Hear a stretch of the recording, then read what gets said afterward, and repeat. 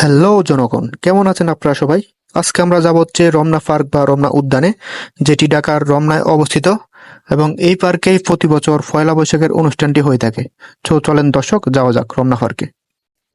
আজকে আমরা যাব হচ্ছে রমনা পার্কে। তো রমনা পার্কে যাওয়ার জন্য আমি, আমার বড় ভাই ও রুমমেট প্রীতম যাচ্ছে হচ্ছে রমনা পার্ক ঘোরার জন্য।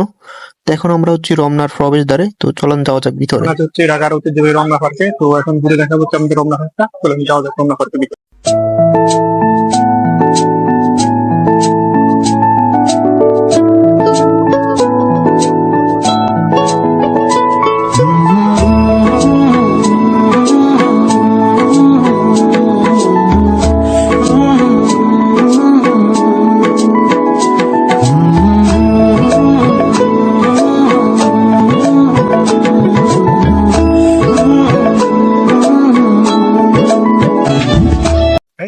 যদি আমাদের পুরীদের জন্য কোনো অঙ্গন নেই, সেটার জন্য আমি জোরদার দাবি জানাচ্ছি সরকারের কাছে যে আমাদের জন্য যেন একটা অঙ্গনের ব্যবস্থা করা হয়। শুধু মহিলাদের জন্য কোনো অঙ্গন দিলে হবে না, পুরীদের জন্য অঙ্গনের ব্যবস্থা। হোয়াইট না রেড? কোনটা? হোয়াইট হোয়াইট হোয়াইটটাই আমার। চলেন চলেন। হোয়াইটটাই নেবো আমার।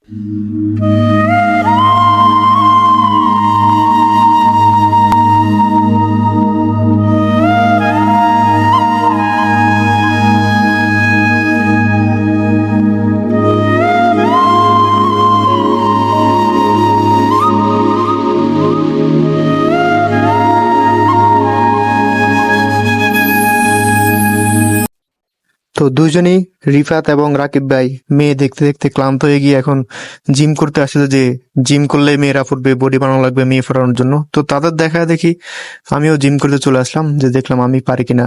তো আমি চিন আপ দিতে চাচ্ছিলাম, দুইটা দিয়ে আমি ক্লান্ত। তো আমি দুইটা দেওয়ার পর বড় হয়ে বলতেছে যে না তুই পারস না, আমি দেই, আমি দিয়ে দেখি পারস কিনা। তো তারপর সিট আপ দিলাম কয়েকটা। সিট আপ দেওয়ার পর বসে বসে আড্ডা দিচ্ছি। এই সময় রাকিব ভাই তার গার্লফ্রেন্ডের সাথে কথা বলছে, এবং গার্লফ্রেন্ড সম্বন্ধে।